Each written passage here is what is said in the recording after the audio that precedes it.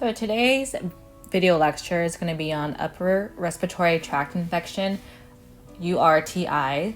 Let's see, they are the most common reason for doctor visits and the most common illness resulting in missed work or school. We're going to learn where they come from, different presentations for each one, the causes, any laboratory diagnoses if they have any for the syndromes, and to determine the need for an antibiotic or not. I will remind you that most of the URTIs are viral. And do we treat viral infection with antibiotics? That is a no, because they're viral, not bacterial. And you're probably going to ask me, well, what about Tamiflu? The problem with Tamiflu is that you have to take it within the very first day of onset. And most of the general population will wait 3 to 5 days with these symptoms and then visit their PCP or urgent care. And by that time, it's way too late. Tamiflu will not be effective. It's also very expensive. I think it's about $300 a pill. So we got pharyngitis, otitis media, sinusitis, and epiglottitis. So we got your upper respiratory tract, nasal cavity, pharynx, larynx, trachea, primary bronchi, and lungs. Well, let's just forget about these guys down here because we are talking about upper respiratory right now.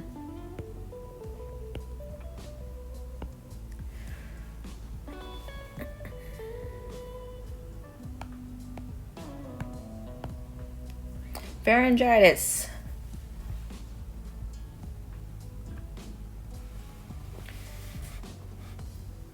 Well, it's going to happen in your pharynx. Right here. So you're going to have your sore throat, difficulty swallowing, probably some exudate back there. And then let's see, we have otitis media, which is an infection in your ear. I don't know how to draw an ear, but there's my ear. So, otitis media. This is sinus symptoms. Well, really, with otitis media, it generally hurts when you lay on the side of the infected ear. You also notice some drainage, any slight hearing loss, but usually it's mostly pain while laying on the side of the affected ear, and drainage could be about yellow or dark brown. Sinusitis, infection, itis in your cavities. So think about when you're performing your head to toe and you're palpating the sinuses. Well, they're going to be tender. Really tender. Sinusitis is pretty painful.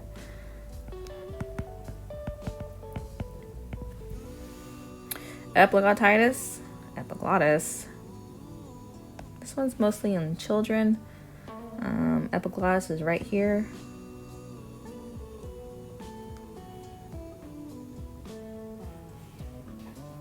So symptoms of URTI. You got your coughing, your sneezing, discharge, let's see, nasal discharge, congestion, and what's one more common one? Let's try a sore throat.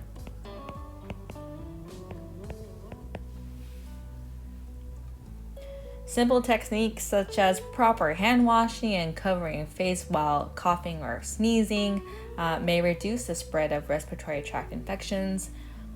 So what causes URTIs. So it's the direct invasion of the inner lining of the upper airway by the culprit virus or bacteria. So these pathogens have to invade the mucous membrane of the upper airways, and they also have to fight through physical barriers. So let's just see a couple examples for physical barriers. Well, you have your nose hairs. That's a barrier, and they have to cross through that. Also, your nasal cavity is has some substance in there to keep it nice and moist. So that could be a nice little nest for some bacteria or virus. Let's see what else. Oh, your trach, but that's lower respiratory, but I'm going to talk about it anyways. So your trach also has little cilia that can transport your pathogens down to your lower respiratory tract. In addition to physical barriers that these pathogens have to fight off is, let's say, your adenoids and tonsils located up here. What color have I used? Orange. So your adenoids and tonsils.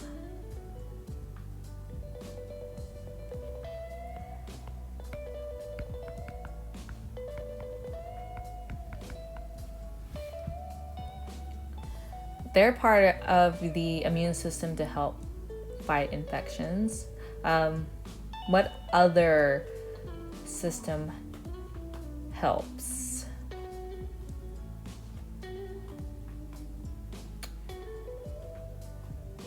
So through the actions of specialized cells and antibodies and chemicals within the, what's it called? The lymph nodes.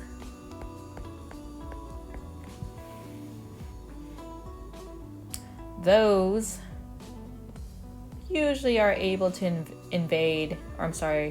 they're usually able to engulf the invaders and eventually destroy them. Let's see. A couple notations about the incubation time of these pathogens. Let's see. Group A, strep. Your common cause for strep throat is 1 to 5 days. The flu virus, 1 to 4 days. RSV is about a week. And pertussis, whooping cough, that can be 7 to 21 days. This is an example of pharyngitis. Usually that happens in the adolescent setting, most likely when they start school. They're pretty much kept indoors, within the classroom, and now they are in a large group of maybe 20 to 30 children huddled into that one room. If you notice that there's erythema or redness,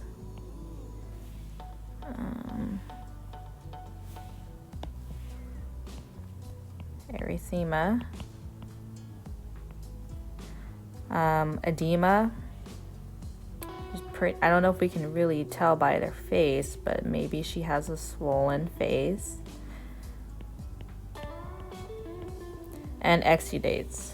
Can't really tell from the picture, but let's see. So her tonsils aren't really, they're not really touching yet. Her uvula is still there. I don't see any noticeable drainage back here, but I do notice the patchy reds on the roof. Would her tongue have to do anything? White tongue.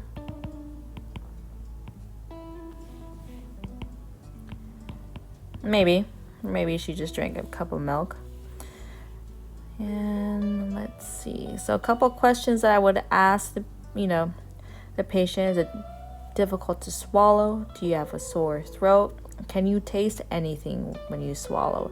Usually when you do have exudate or postnasal drainage, you can taste what you're swallowing, all that yummy, gunky stuff. Of course, we will palpate her lymph nodes to see if they're enlarged. How bad's the fever? And let's see. And like what I mentioned previously, that most of the upper respiratory tract infections are viral. Particularly with pharyngitis, it's going to be bacterial group A.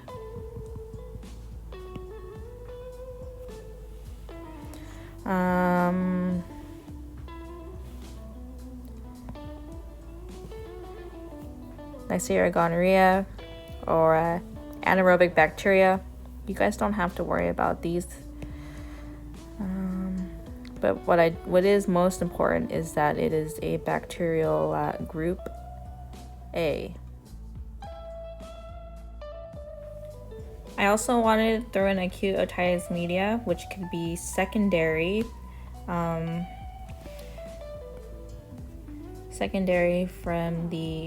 pneumonia or flu. Just because your ear can is pretty much a nest for harboring the pathogens, as well as having hair and cilia inside the ear that can transport pathogens. It's a great breeding ground for them.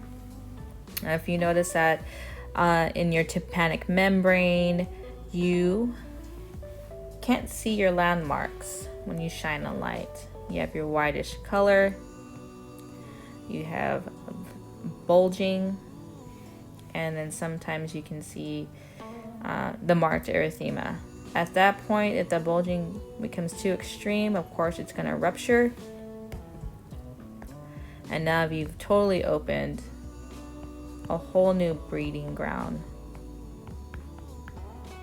for pathogens. Not only do you have the spillage from the tympanic membrane, but now that you have traumatized tissue, which can be a median for the pathogens to grow. I also want to talk about sinusitis. Could be also secondary to the flu or pneumonia. So since it can be bacterial, because remember our sinuses can harbor and nest the pathogens, we can take antibiotics for this, and because it's secondary to the viral. So I just presented the differences between acute and chronic sinusitis. Let's see, what can I point out here? Let's see.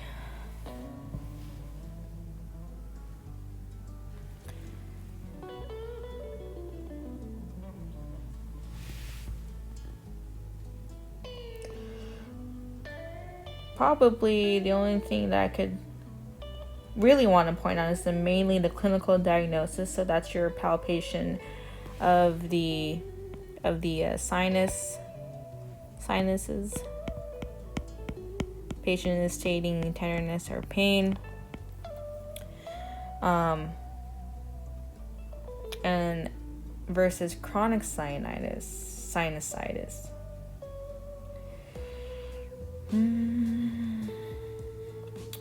Mimics allergic rhinitis, so it's more of the nasal drainage and less local symptoms, so it's probably less pain and less tenderness upon palpation.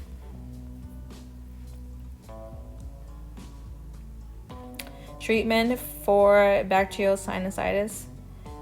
Let's see. Quinolones or ceftriaxone/Rocephin. Let's see. If I were to step into the urgent care and I said, "Hey doc, I'm pretty much in pain, and in my sinuses," doctor will ask me, "Well, have you been sick before?" I said, I'll say, "Yes, doc, I've been sick with the cold for about 2 weeks now." He'll most likely tell me that I have bacterial sinusitis because it's been way too long of having the cold and I have not been treated. So what's he going to give me? He's going to give me a nice IM shot of Rosefin.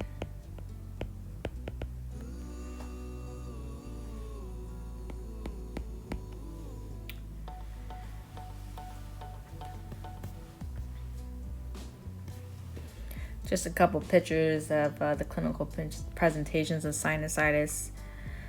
Let's see what we got here. On the first one, we got postnasal drainage. It's boggy, clear secretions. And remember, we said the palpation of each of the sinus areas. Periorbital edema in children. Right here, swollen eyeballs. This is extreme. I don't even know if that is like even near septic.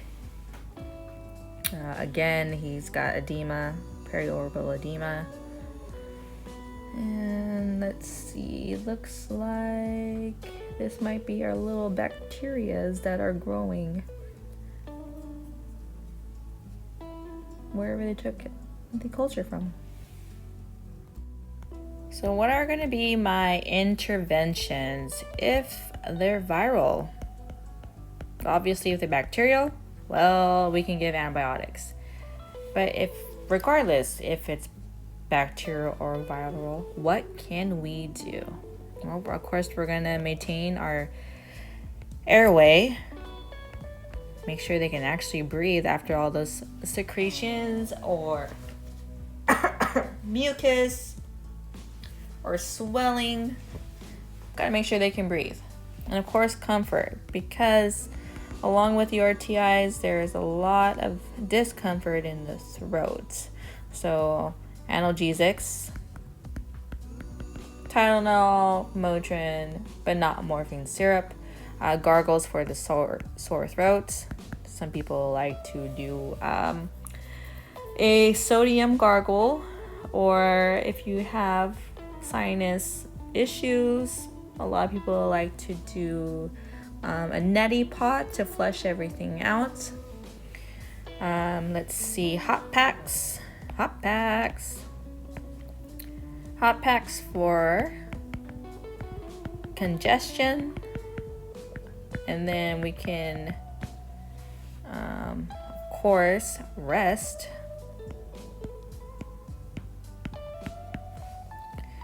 Minimize your speaking. Give your throat a little break. And of course, fluids. And I'm talking about not just your normal 8 cups a day. I'm talking about 2 to 3 liters of fluids. And please, not iced tea, because tea is caffeinated and it's a diuretic. Go ahead and drink good old water, Gatorade or G2 for your diabetics, popsicles, clear brats. Just push fluids. So that way you can loosen or you can thin out your secretions, and it can also help you out with your cough production.